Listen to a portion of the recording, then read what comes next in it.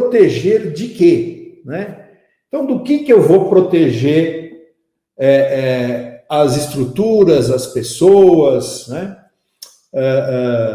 Equipamentos?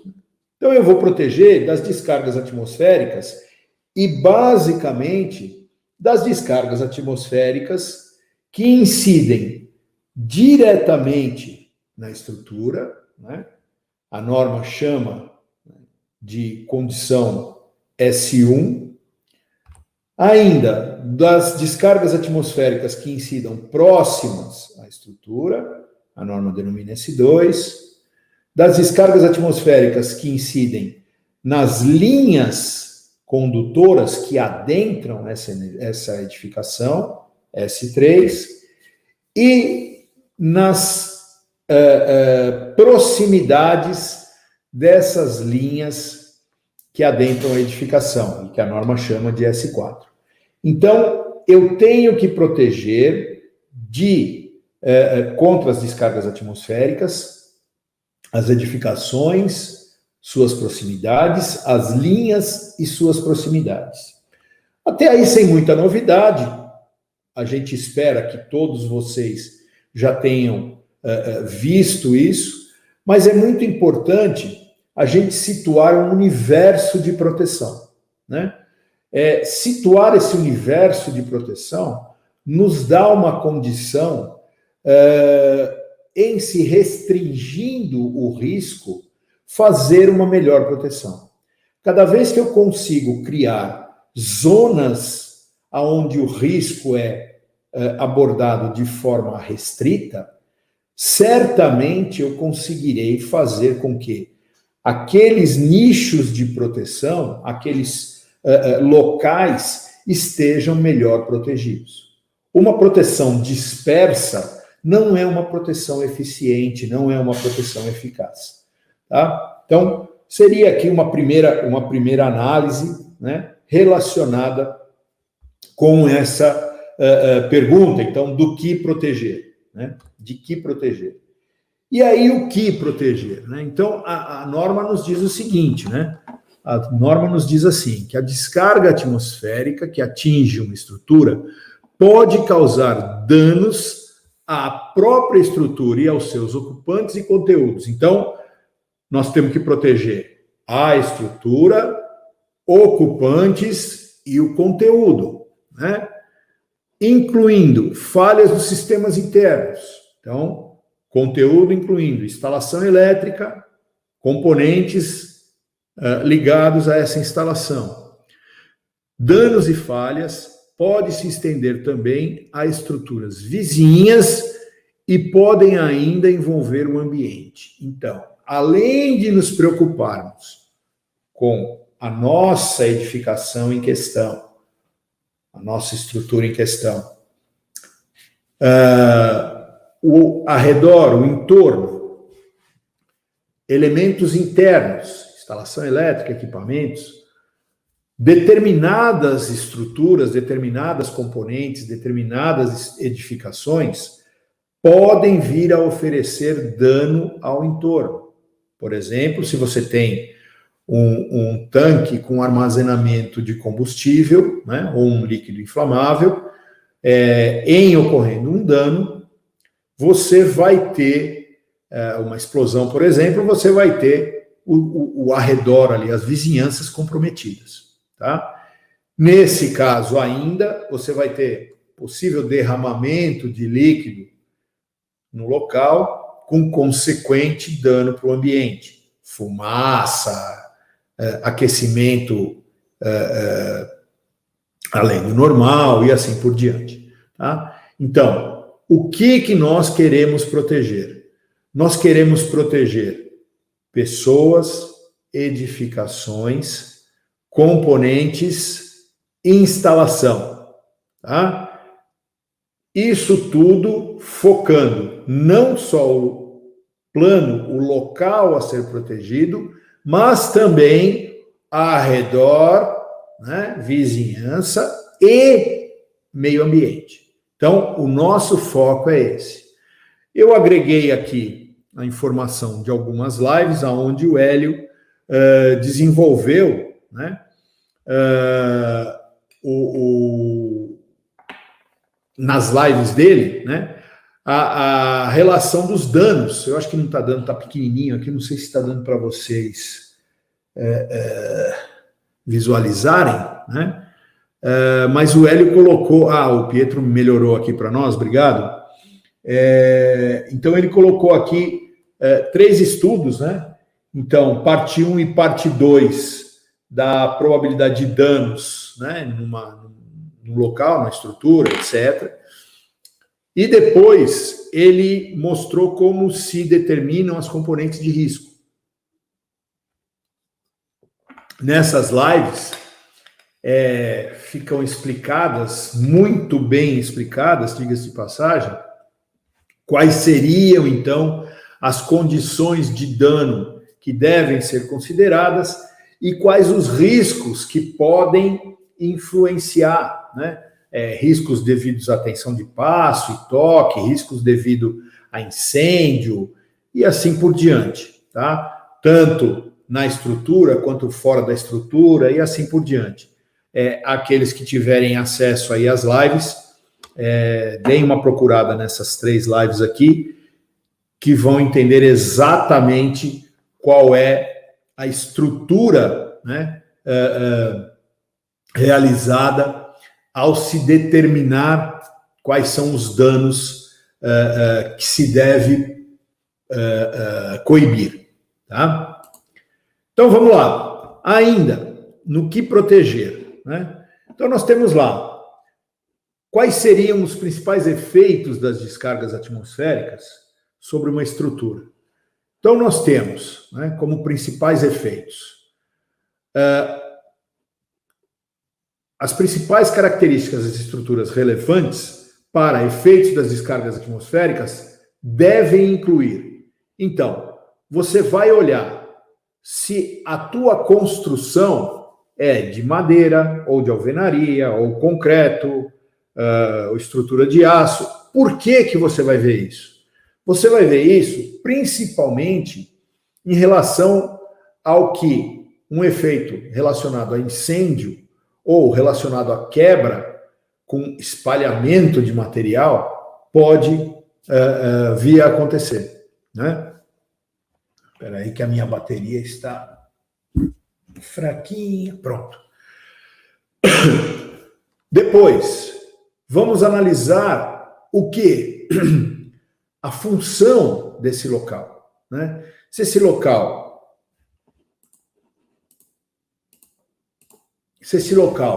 é uma residência, se ele é um escritório, um comércio, teatro, hotel. Por que a função?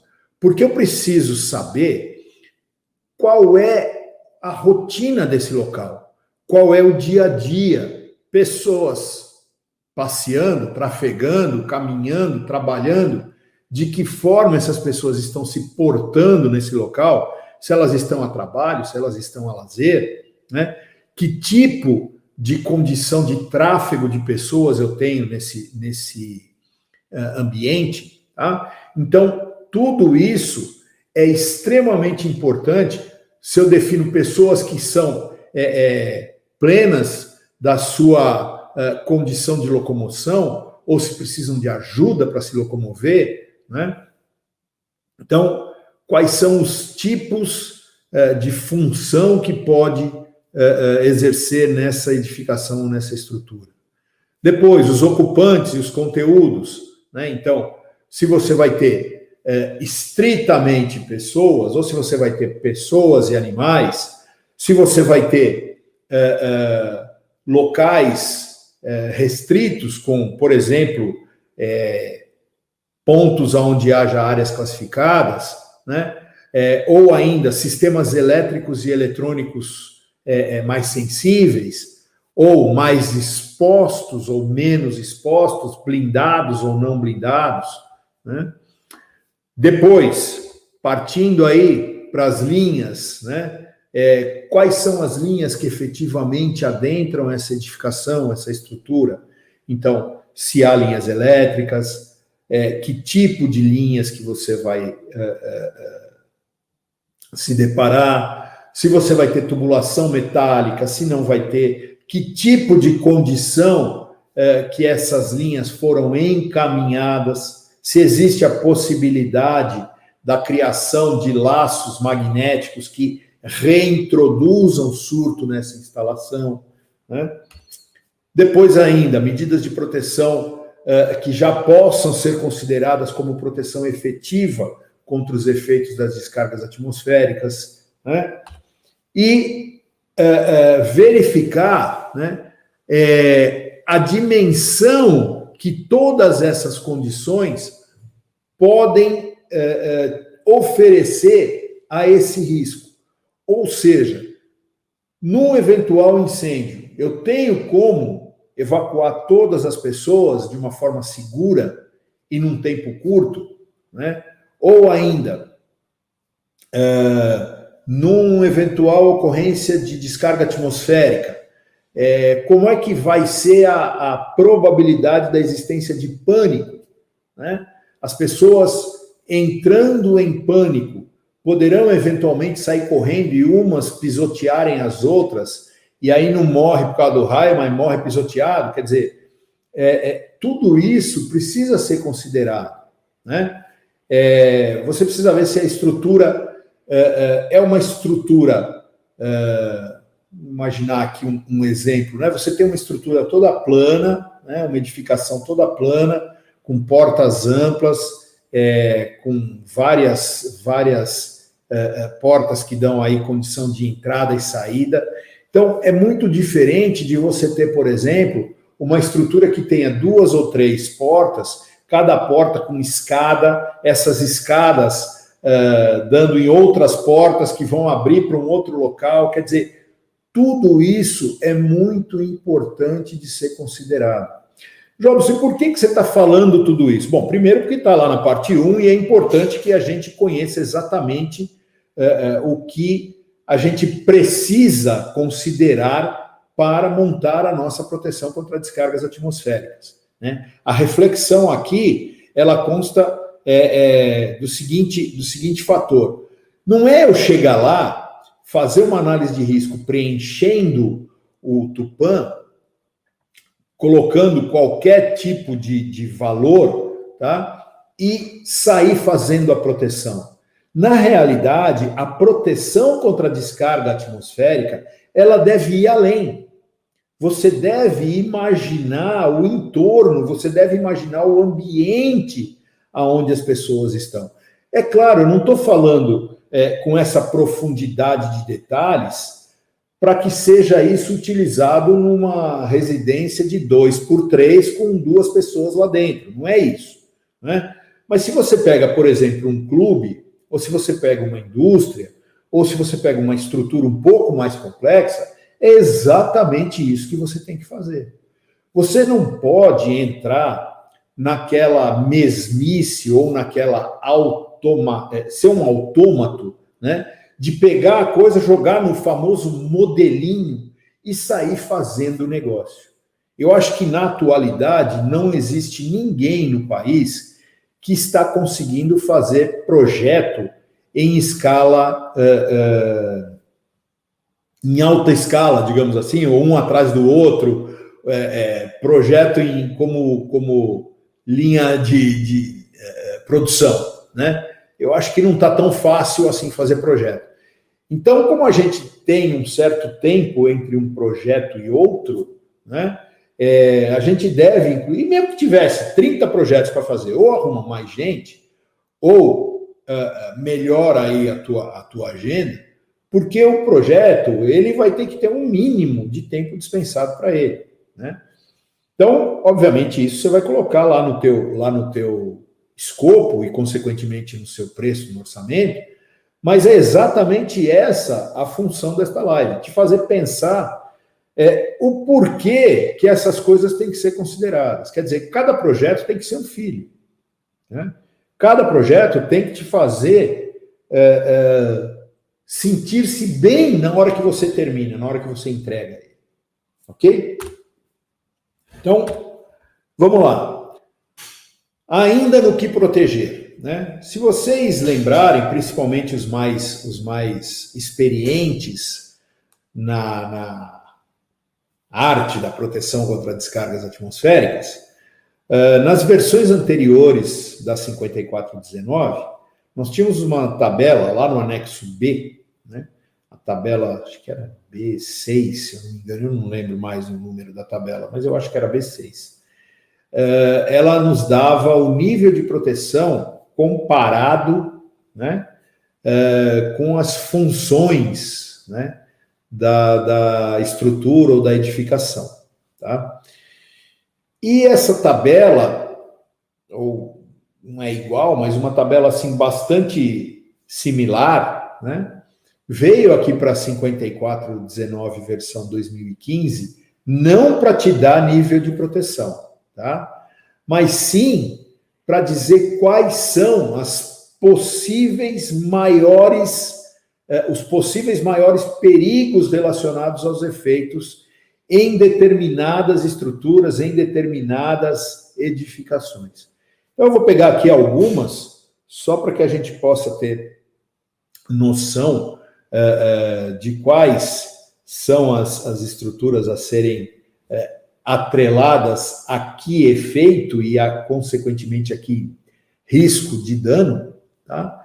Então, se a gente olhar, por exemplo, uma casa de moradia, né, a gente vai ver aqui que os maiores riscos, né, são de perfuração da isolação, né, lá nas instalações elétricas ou mesmo nos componentes, de incêndio, né, com consequentes danos materiais. Tá? Danos normalmente limitados a objetos expostos ao ponto de impacto e falhas de equipamentos. Então, nessas casas, digamos assim, menores, que exigem uma proteção de menor complexidade, basicamente, o que a gente vai tentar proteger ou minimizar o risco do impacto do raio ali. Impacto que eu digo, não o impacto direto, mas os efeitos da descarga atmosférica. Né? Então, nós vamos analisar, eventualmente, impacto direto, mas, principalmente, efeitos de impacto na linha, aí sim, impacto direto na linha, dependendo do comprimento de linha de alimentação, linha elétrica de energia e linha elétrica de sinal, né? Então, essas linhas podem, numa maior probabilidade, serem atingidas diretamente por raio, até do que a própria estrutura, até do que a própria edificação. Eventualmente, um impacto no entorno da edificação, mas uma probabilidade bastante baixa. Eventualmente, um impacto na estrutura, mas uma probabilidade também baixa. E o impacto próximo às linhas, esse também de uma probabilidade mais alta. Então, nesses casos, a gente teria aí uma condição de proteção onde a nossa PDA estaria muito mais voltada para as medidas de proteção contra surto do que para o SPDA propriamente dito. Tá? Depois, eu vou pular aqui a zona rural, vou aqui para teatro, ou cinema, hotel, escola, shopping, né? Então, você vê que aqui já tem danos em instalações elétricas que tendem a causar pânico, né? Então, além das possibilidades ou das probabilidades do impacto direto, a gente precisa verificar aqui a condição de pânico, né, em função da aglomeração de pessoas, das falhas em sistemas de alarme, né, as falhas do sistema de incêndio. Começa a pegar fogo num shopping center, mas o raio danificou o sistema de incêndio e os sprinklers não funcionam. Sei lá, um exemplo aqui meio bem hipotético, bastante hipotético, né? Mas os sprinklers não funcionam. E aí pode acontecer uma tragédia aí nessa situação, né? Então, essas condições, eu costumo dizer que a gente precisa incorporar todos esses conceitos ao projeto, né? A gente precisa viver o dia a dia lá no cliente, e é para isso que servem as inspeções, as visitas técnicas pré-projeto, né? Você deve se ambientar ao local, né? Com o qual você estará determinando a proteção, tá? Depois, ainda no que proteger, na continuação da tabela, eu vou falar, prometo aqui que eu falo só mais um, que é o hospital, né? Hospital, casa de tratamento. A norma, ela dá muita ênfase à proteção de locais de tratamento de pessoas enfermas. Por quê? Porque essas pessoas, na grande maioria dos casos, pode não estar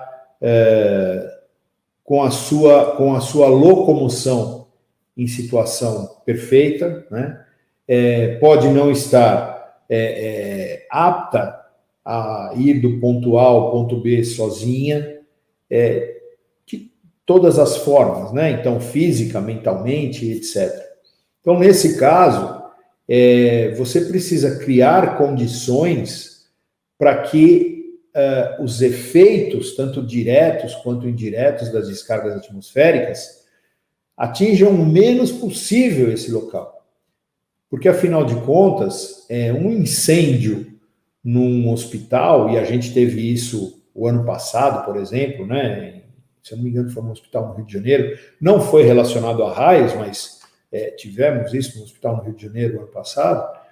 É muito complicado, porque o cara já está lá para ser tratado, ainda no meio do incêndio, a possibilidade, a probabilidade do cara morrer, do cara ir dessa para uma melhor, é muito grande, né? Então, nós precisamos tomar muito cuidado, porque o risco de incêndio, o risco de mau funcionamento de equipamentos, né? Quando se trata de descarga atmosférica, é muito grande. Então, é importantíssimo, e a norma dá realmente a maior ênfase na proteção exatamente para esses locais, né? Hospitais, casas de tratamento, creche, tá? Uma série de locais.